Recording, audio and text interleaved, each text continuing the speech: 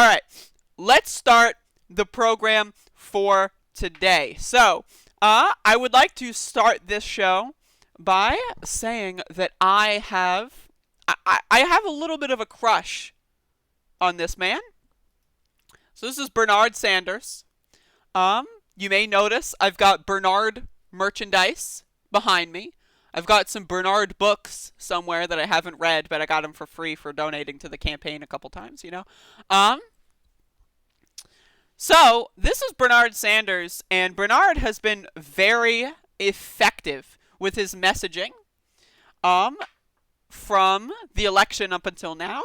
The House of Representatives, Nancy Pelosi, all those goons, right? They're all trying to say, defund the police ruined us! First of all, motherfucker, defund the police had nothing to do with the Democratic Party, okay? The reason why the Democrats lost seats in the House is because they were uninspiring piles of goop and no one gave a shit about them.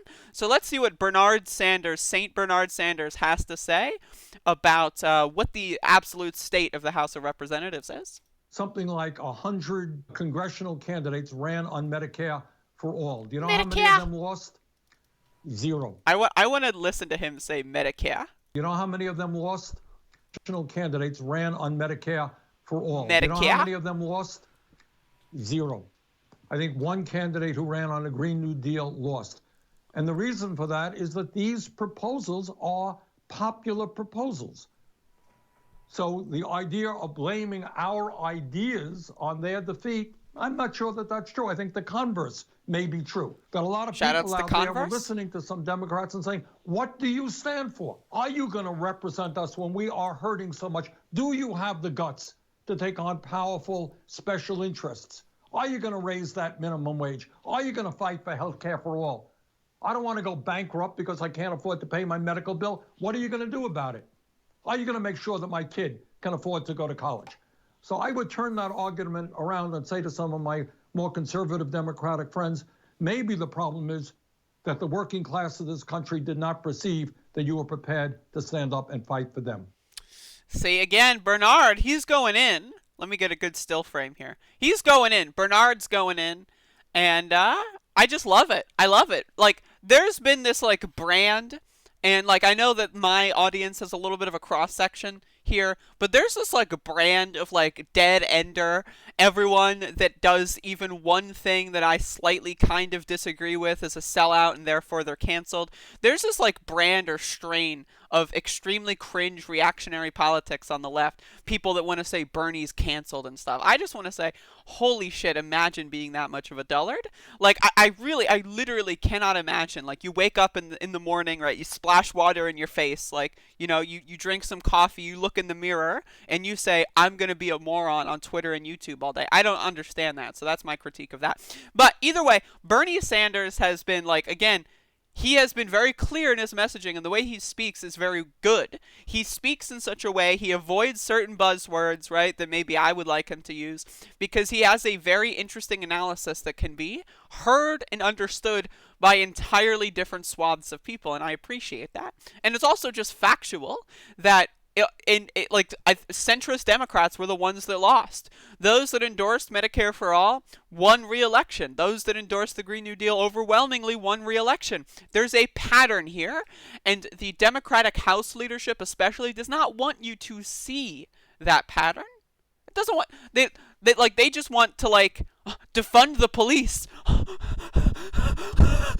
Like, what? Like, it doesn't, like, it's just like, it's really the same messaging as the Republicans.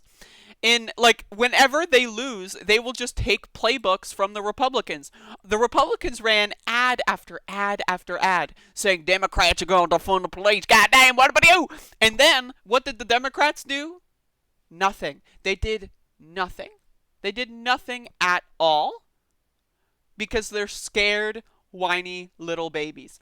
So the impression that constituents got that were voting in these districts was, well, I've got the Republican who's doing that extremely anti-democratic messaging, and then the Democrat isn't really saying anything. They're not really saying anything. So it's like, what? I don't know. It's weird. And you have to understand, most people, I know this is going to be shocking, but most people who vote don't know that the Republican Party is like a fully white, like ethno like kind of party situation. They've got like 3 black people in the entire party, right? And they parade them around every single other day, right? And like they don't know that the Republican Party is funded by oligarchs and Koch brother interests. They don't know that the Republican Party is interested in, abolishing, the ACA, for example. Like, if you tell these people that the Republicans want to take away your Social Security, they will say there's no way they'll do that. They don't get how Republicans are bad. Republicans are very, very, very able to effectively fearmonger against Democrats, and Democrats don't do the opposite.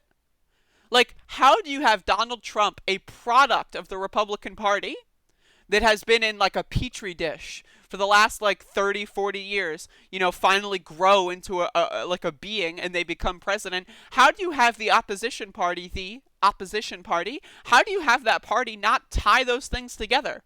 Donald Trump is a Republican president. He didn't run as an independent. He is a Republican president. He is part and parcel of the Republican Party, and that's what Democrats need to realize. The battle is with the Republican Party.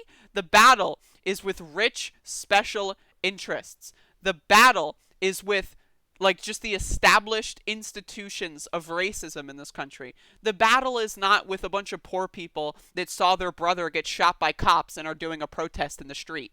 If you think that like it is more effective of a strategy to gain election, right? To attack a 22-year-old activist who just saw their dad get shot and killed on a viral video. If you think that that is going to be your method of success, I'm sorry, but you might as well just be a Republican, because this shit is embarrassing. That's all I have to say about that. But I just want to say, Bernard, love that guy. Super, super good.